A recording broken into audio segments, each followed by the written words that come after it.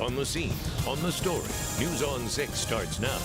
The search for a murder suspect in Adair County is over. Coming up, the picture deputies released after taking him into custody. And campaigns for midterm elections are now in full swing. The president isn't holding back as former President Barack Obama tours California this weekend. Tulsa's Gathering Place is celebrating its official grand opening this weekend. How to be a part of the 100 days full of events is next. Good morning, I'm Amy Slanchik. And I'm Stephen Aarons. Welcome to 6 in the Morning Sunday. It is misty out there. I gotta know, is the sun gonna come out for everyone at the Gathering Place? There will finally. Yeah, we've been struggling to get sunshine basically all week. It's been cloudy, rainy, damp, and it was drizzly yesterday. Still drizzly this morning. Yeah, you can see looking from downtown Tulsa, you can see kind of those low clouds just hanging over the BOK Tower this morning. And we're pretty much saturated, so that's why we're seeing that kind of misty, drizzly start out there. 64 degrees, 93% humidity.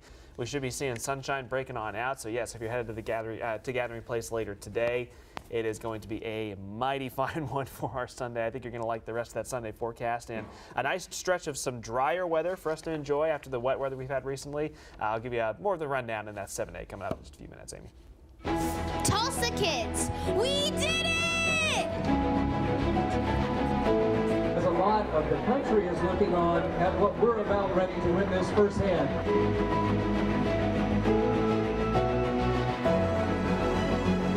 What a great day to be a Tulsan, right? 3, 2, 1!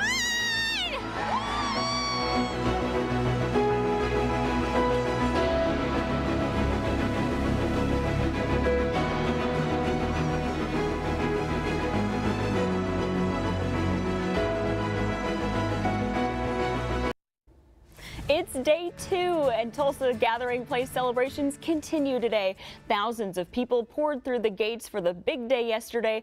The $465 million park is one of the largest in the country. The 66 acres are filled with playgrounds, bike and walking trails, athletic courts, and large lawns for concerts. People exploring quickly learned there's something for everyone. I am 61 years old and I've had a blast here all day long. It's like Disneyland. It's like the never-ending story. It's just awesome. We're told more than 25,000 people showed up for opening day. The grand opening is kicking off 100 days of events for the community, including a concert by a Grammy Award-winning group. The Roots took the stage as the first band to play live on the Quick Trip Lawn stage yesterday. They're featured on Jimmy Fallon's The Tonight Show, and Tulsans can't wait to come back for more. We're coming back for Kirk Franklin, and we are just looking at the entire first 100 days of this awesome blowout for all of the entertainers. The Tulsa group Paul Benjamin Band is today's first performance. That's at 1 o'clock. You can find a set list of all the performers on our News on 6 app.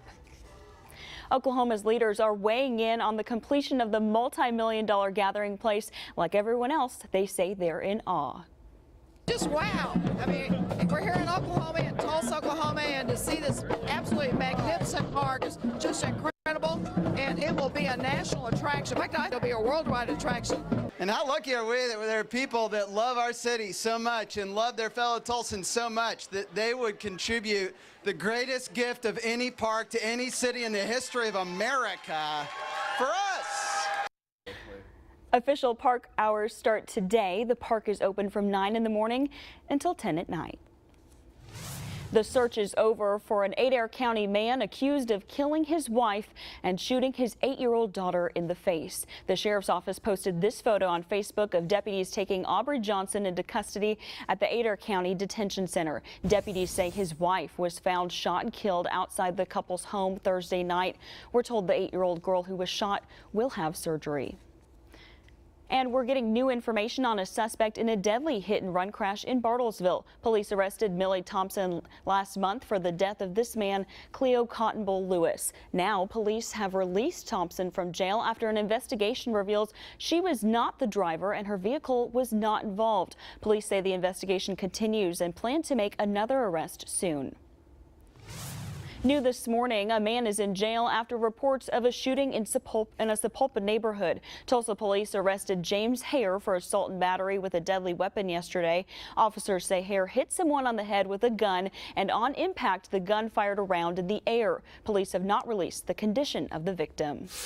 Tulsa police are asking for your help tracking down a person of interest in a financial crimes case. Officers gave us these pictures of the woman they say used a stolen credit card at a convenience store near East 21st and South 129th East Avenue.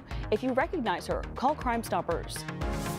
And we're hearing from a woman who says former gubernatorial candidate Joe Exotic tried to hire someone to kill her. Joe Exotic, whose real name is Joe Maldonado, was arrested this week, charged with 2 counts of murder for hire in Florida.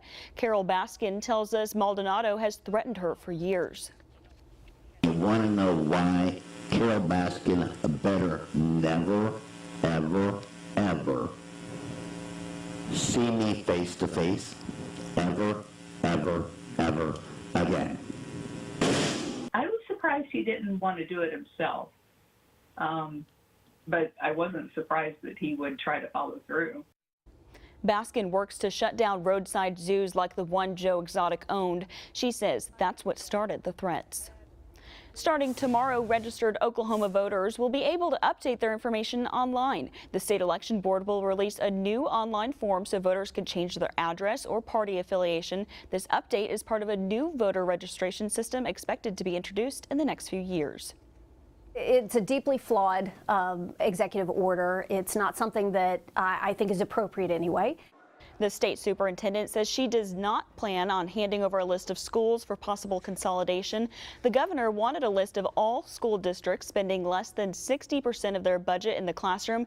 They had until the beginning of the month to comply with Governor Mary Fallon's executive order. The chief counsel for education sent a letter to the governor saying she doesn't have the authority to demand the list. The governor is now reviewing that letter. The midterm elections are now less than 2 months away, and the battle for the House of Representatives is heating up. Former President Barack Obama was out campaigning in several states this weekend, and President Donald Trump is responding. Mola Lange has more from the White House. Former President Barack Obama